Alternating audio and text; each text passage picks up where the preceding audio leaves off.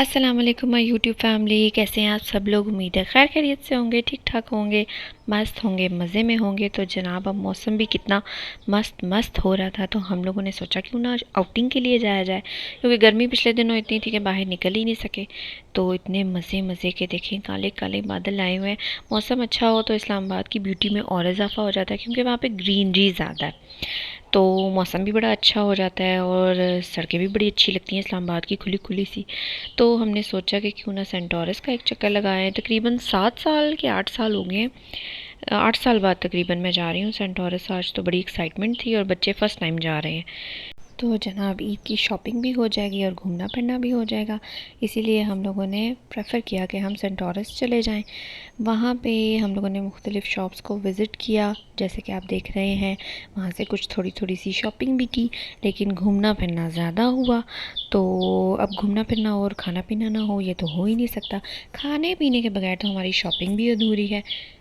So we stopped at Cheezious, और चीज़ियस की सभी चीज़ें तकरीबन मज़े की होती हैं। और ये देखें ज़रा, ये उदास शक्लें, मेरी भूखी बिल्ली ऐसे चुप करके बैठी है। हुरम में फिर थोड़ी एनर्जी थी, हुरम की एनर्जी बिल्कुल ही डाउन हो गई थी, क्योंकि इसको भूख बहुत लगी हुई थी। तो ऑर्डर हमने दिया हुआ था, अभी थोड़ा टाइम था, तो हम इसको तंग कर रहे थे कि आपको क्या प्रॉब्लम है। बहरहाल ऑर्डर आने की देर थी कि हुरम भी स्माइल करने लगी। जी, तो हुरम को पसंद आए थे ये रोल्स जो हमने फ़र्स्ट टाइम ऑर्डर किए थे। इसका एक प्लेटर है जो हमने पहले कभी ऑर्डर नहीं किया, इस दफ़ा हमने सोचा कि क्यों ना ट्राई करें। तो इसमें ये 2 किस्म के रोल्स उन्होंने हमें दिए थे। बीच में इसके चिकन की फिलिंग थी, अच्छे थे। एक स्मोक्ड थे और एक के ऊपर इन्होंने चीज़ की लेयर डाली हुई थी और साथ ये डिप थी। तो जो बेसिकली मुझे चीज़ पसंद है, तो मुझे ये चीज़ वाले रोल्स ज़्यादा पसंद आए थे। साथ फ्राइज़ थी, तो थे बहुत बहुत मज़े के थे। चीज़ेस की सारी तक चीज़ें तकरीबन अच्छी होती हैं। तो उसके अलावा हमारे पास था ये क्राउन क्रस्ट पिज़्ज़ा, जो कि चीज़ियस की स्पेशलिटी है, और ये तो होता ही बहुत मज़े का है। ये तो जब भी आप ऑर्डर करें इसका सेम टेस्ट है, और इसमें तो कोई शक ही नहीं होता कि ये मज़े का होगा या नहीं होगा। इंग्रेडिएंट्स कम होंगे ज़्यादा होंगे, इनका एक स्टैंडर्ड टेस्ट है। ये फ्लेवर बच्चों और बड़ों दोनों में यकसा मकबूल है हमारे घर में, इसलिए कोई टेंशन नहीं होती कि बच्चों के लिए अलग से ऑर्डर करना पड़ेगा और बड़ों के लिए अलग। हाँ, मेरी जो छोटी बेटी है हुरम, इसमें थोड़ा सा स्पाइसेस के लिए टॉलरेंस कम है। बाकी हुरम अब हमारे साथ मिल गई है, वो हमारे गैंग का बंदा है। और पास्ता के बगैर तो हमारा ऑर्डर कंप्लीट ही नहीं होता। तो जब सब कुछ खा पी लिया, तब बच्चे भी खुश, हम भी खुश, और फिर हमारी हो गई वापसी।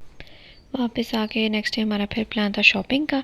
तो फिर मैंने सोचा कुकिंग करके जाती हूँ, तो ये मैंने ऑयल में डाल दिया ज़ीरा, और मेरा इरादा था कलेजी बनाने का, क्योंकि मेरी बेटी है जो छोटी, उसको आयरन डेफिशिएंसी डॉक्टर ने बताई है। तो मेरे ज़हन में तो एकदम से आया था कि जी मेडिसिन, मल्टीविटामिन, ये वो। तो हस्बैंड ने कहा नहीं, अभी रुको ज़रा, सब्र करो, खाने पीने में भी थोड़ी सी चेंजेस लेके आओ, तो उससे भी बेहतरी हो जाएगी। तो ये जनाब ज़ीरा हो गया अभी ब्राउन, और जब से ये अच्छे तरीके से ब्राउन हो जाएगा, तो इसमें मैं डाल दूँगी कलेजी। कलेजी मैंने आई थिंक किलो थी कि आधा किलो, अभी ये मुझे इतना अंदाज़ा नहीं है। बहरहाल इसने अच्छा खासा गुस्सा किया ऑयल में जब मैंने इसको डाला।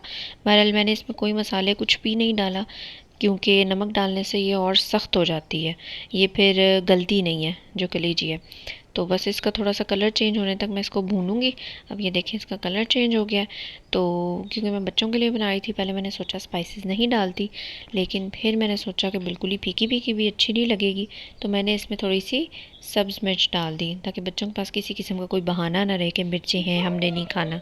इसमें इतनी सब्ज़ मिर्च की वजह से ये इतनी स्पाइसी नहीं रहेगी, लेकिन एक खुशबू और टेस्ट सा आ जाता है। फिर मैंने डाला इसमें मीडियम टमाटर, क्योंकि कलेजी अपना पानी भी छोड़ेगी, और टमाटर भी जब पानी छोड़ता है तो उसमें कलेजी अच्छे से गल जाएगी। पानी भी मैं इसमें नहीं डालूँगी, पानी डालने से भी ये थोड़ी सी सख्त हो जाती है। तो बस अब ये टमाटर के पानी में ही और अपने पानी में ही ये गलेगी। तो अब मैं इसको ऊपर से कवर कर दूँगी अच्छे तरीके से मिक्स करके। इसको गलाने के लिए और इसमें खटास पैदा करने के लिए मैं इसमें दही भी डाल सकती थी, लेकिन फिर मेरा जहन काम किया और मुझे पता चला कि आयरन की किसी भी चीज़ के साथ कैल्शियम को अगर आप जोड़ देते हैं तो उस आयरन का कोई फ़ायदा नहीं होता। तो बेसिकली आयरन डेफिशिएंसी को ख़त्म करने के लिए ही मैं अपने बच्चों के लिए कलेजी बनाई थी। तो अगर मैंने बीच में कैल्शियम की कोई चीज़ उसके साथ कंबाइन कर दी, तो कोई फ़ायदा नहीं रहना उस आयरन का भी। आयरन अब्ज़ॉर्ब ही नहीं होता। आयरन को हमेशा विटामिन सी के साथ कंबाइन करते हैं ताकि वो अच्छे से अब्ज़ॉर्ब हो जाए।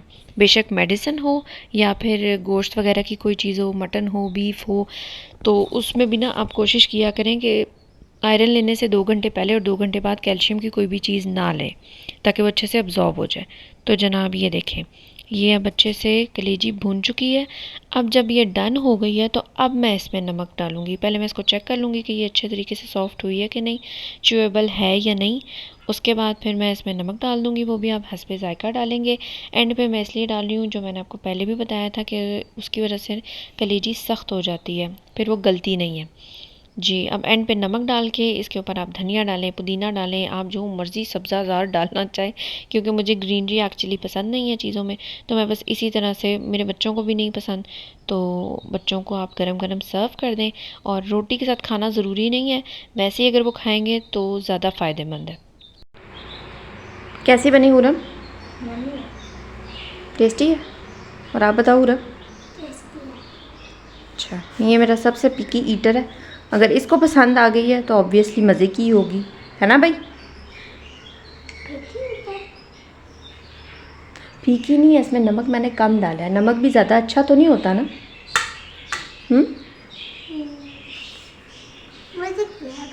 तो अगर नमक आपको चाहिए हो तो आप ऊपर से और डाल सकते हो। डालना है नमक थोड़ा सा?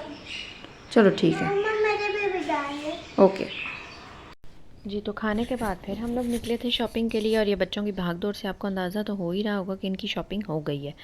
हम लोग अलकरम गए थे, वहाँ पे जब तक इनके पापा करवा रहे थे बिल, तो मैं विंडो शॉपिंग करने लगी। आपको पता है औरतों की नज़रें यहाँ वहाँ सब कुछ एक्सप्लोर कर रही होती हैं, तो मैं ये 2 पीस 3 पीस शर्ट पीसेस वगैरह सब कुछ ये देखने लगी कि चलो इसमें से भी मुझे कुछ पसंद आ जाता है तो मैं परचेज़ कर लूँगी। छोड़ने वाली तो मैं भी नहीं हूँ, क्योंकि मेरी अभी तक शॉपिंग स्टार्ट ही नहीं हुई थी। अलकरम से निकल के फिर हम लोग निकल पड़े आइडियाज़ की तरफ। एक ही लाइन में सारे ब्रांड्स की शॉप्स हैं तो फ़ायदा हो जाता है। तो आइडियाज़ पे ये देखें जी, मैं कभी एक स्टैंड पे तो कभी दूसरे स्टैंड पे, समझ ही नहीं आती कि क्या लूँ तो क्या ना लूँ। सेल भी लगी हुई थी और अच्छा डिस्काउंट था वहाँ पे। और ड्रेसेस अगर आप ढूंढ के लेते हैं तो आपको अच्छे मिल भी जाते हैं।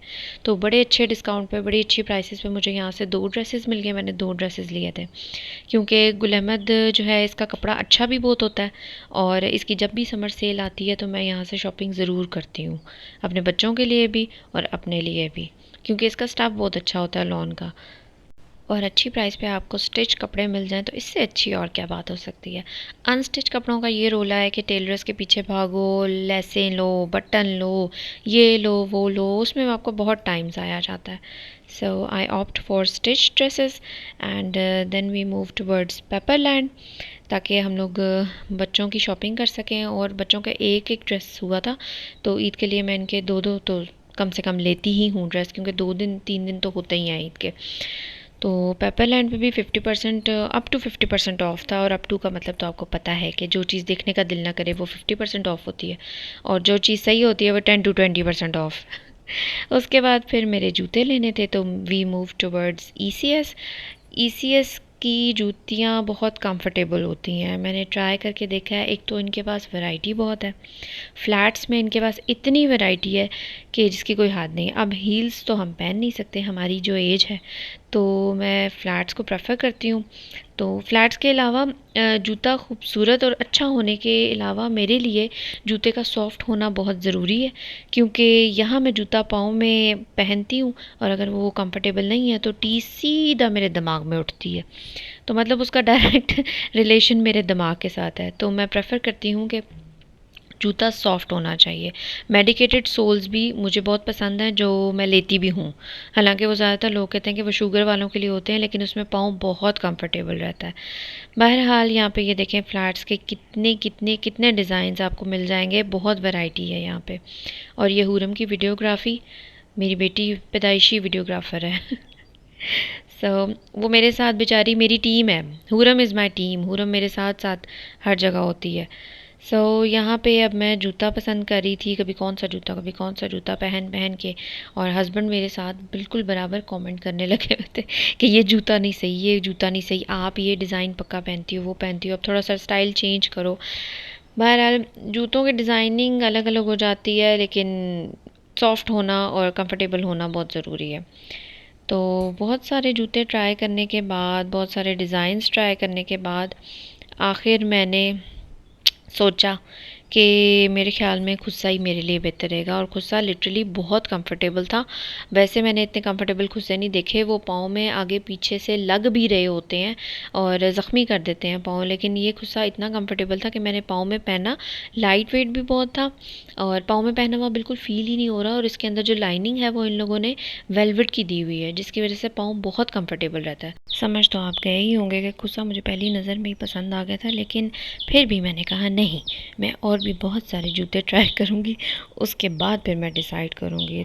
बिलाखिर अपने हस्बैंड के और सेल्समैन के सब्र का काफ़ी इम्तहान लेने के बाद मैंने सोचा कि अब शॉपिंग को वाइंड अप किया जाए। और मैंने फिर पक्का बस डिसाइड कर लिया कि बस मुझे यही जूता चाहिए। फिर भूख बहुत लग रही थी तो हम लोग गए हलीम घर। ये मेरा पहला विज़िट था हलीम घर। मैंने पढ़ा तो बहुत था जगह जगह पे, लेकिन मैं फ़र्स्ट टाइम गई थी। तो यहाँ पे मेन्यू जब मैंने देखा तो काफ़ी रीज़नेबल और काफ़ी वैरायटी थी यहाँ पे।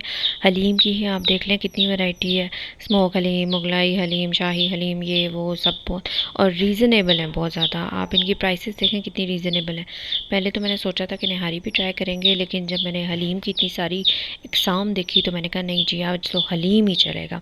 और हम लोगों ने शाही बीफ हलीम मंगवाया था और लिटरली वो इतना रेशेदार और इतना मज़े का और इतना फिलिंग था कि मैंने इतना एक्स्ट्रा भी नहीं खाया जितना मैं नॉर्मल खाती हूँ। मैंने पूरा नान भी नहीं खाया उसके साथ, लेकिन फिर भी इतना अच्छा वो फिलर रहा मेरे लिए कि मुझे रात तक बिल्कुल भूख नहीं लगी। ये देखें जनाब, ये हलीम मज़े मज़े की, और ये इतनी गाढ़ी और ऐसे लगा था सही घर की बनी हुई हलीम है जैसे। बहुत अच्छा एक्सपीरियंस रहा मेरा हलीम घर का। आप लोग भी ज़रूर जाइएगा, वाकई टेस्ट बहुत अच्छा है और बहुत रीज़नेबल अमाउंट में आप सब लोग पेट भर के खाना खा सकते हैं। तो फिर हमें एहसास हुआ कि हलीम की तासीर तो गर्म होती है, तो फिर उस तासीर को ठंडा करने के लिए हमने सोचा क्यों ना इमली आलू बुखारे का शरबत पिया जाए। करतारपुरा में ये शॉप है और यकीन जाने इतना कोई मज़े का टेस्ट है इसका, ओरिजिनल टेस्ट है बिल्कुल। इसका कलर देखें ना, रेड कलर भी नहीं डाला हुआ, ओरिजिनल कलर है और बच्चों ने भी बहुत शौक से पिया था। खट्टा मीठा सा टेस्ट है इसका। और एंड पे इन्होंने इक्का दुक्का आलू बुखारे भी ग्लास के एंड पे डाले हुए होते हैं, और ये लिटरली डाले होते हैं। 2 होते हैं आलू बुखारे या 3 होते हैं आलू बुखारे। उसके बाद जी हमने जाना था डाइवो पे, क्योंकि मेरे हस्बैंड ने पार्सल उठाना था अपना। शॉपिंग से वापसी पे हम लोग इतना थक चुके थे कि दिल कर रहा था बिस्तर मिले और बस हम लोग गिर जाएं। तो इंशाल्लाह शॉपिंग मैं आपको अपकमिंग व्लॉग में दिखाऊंगी। आप लोगों ने लाइक और सब्सक्राइब लाजमी करना है। अपना ख्याल रखें, दुआ में याद रखें। फ़ी अमान अल्लाह।